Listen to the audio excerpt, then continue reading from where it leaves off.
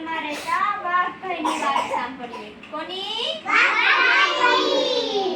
હવે એક મોટું બધી જંગલ હતું. શું હતું? એમાં બધાય પ્રાણીઓ રહે. પ્રાણીઓમાં કોણ કોણ આવે? પછી દીપડો, પછી સિંહ,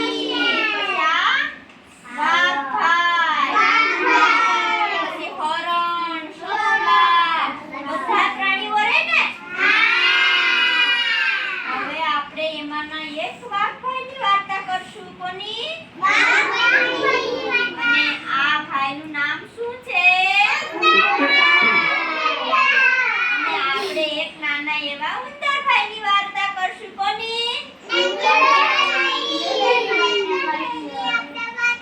હવે એક દિવસ વાઘભાઈ શિકાર કરી અને ભરપૂર પેટે ભોજન લઈ અને જંગલમાં ચાલતા ચાલતા એક ઝાડ હતું ને ઘટાદાર, એની નીચે આરામ કરવા માટે બેઠા. અને ત્યાં તો થોડીક વારમાં એને ઊંઘ આવી ગઈ. શું આવી ગયું? ઊંઘ આવી ગઈ. ત્યાં ઝાડની નીચે ઉંદરભાઈનું ઘર હતું. શું હતું? હવે ઉંદરભાઈ તો ચાલતા ચાલતા વાઘભાઈની ન્યા આવ્યા અને વાઘભાઈની ઉપર ચડી ગયા અને કૂદાકૂદ કરે, મસ્તી કરે, આમથી તેમ દોડે. એટલે વાઘભાઈની ઊંઘ ઉડી ગઈ. શું ઉડી ગયું? ઊંઘ ઉડી ગઈ. એટલે વાઘભાઈ તો ત્રાડ નાખવા માંડ્યા. કેમ ત્રાડ નાખે?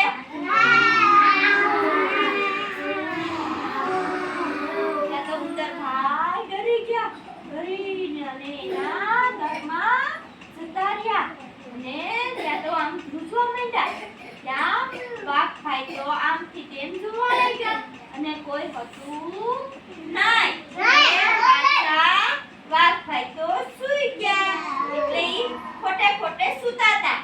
ત્યાં તો પાછા ઉંદરભાઈને મસ્તી કરવાનું મન થયું. એટલે ઉંદરભાઈ તો પાછા આવ્યા અને એની ઉપર કૂદાકૂદી કરે, હાલચાલ કરે અને લપસણી ખાય.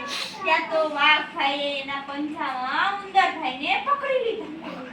અને ત્યાં તો ઉંદરભાઈ રાડ નાખવા માંડ્યા કે બચાવો બચાવો બચાવો કે. તો પછી વાઘભાઈ કે હું આજે છોડીશ નહીં. ઉંદરભાઈ કે હું તમને કે ક્યારેક પણ મદદ કરીશ કે તમે મને છોડી દેશો તોય કે.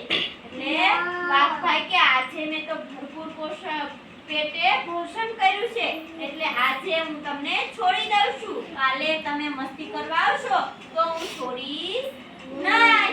એટલે ત્યાંથી ઉંદરભાઈ તો એના દરમાં વયા ગયા અને વાઘભાઈ એના જંગલમાં વયા ગયા.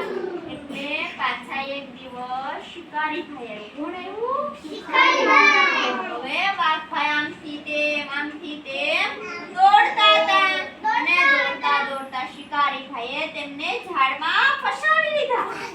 અને વાઘભાઈ તો બચાવો બચાવો અવાજ કરે પણ એટલામાં કોઈ હતું નહીં. ત્યાં તો ઉંદરભાઈ આમથી તેમ ખોરાકની શોધમાં નીકળ્યા. ત્યાં ઉંદરભાઈ પણ આવી ગયા અને ઉંદરભાઈ વાઘભાઈનો અવાજ સાંભળી અને બચાવો બચાવો એમ વાઘભાઈ અવાજ કરતા હતા ને.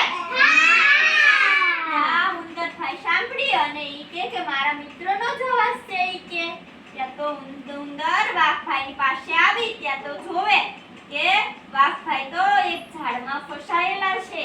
એટલે વાઘભાઈને બચાવવા માટે અહીંયા આખી ઝાડ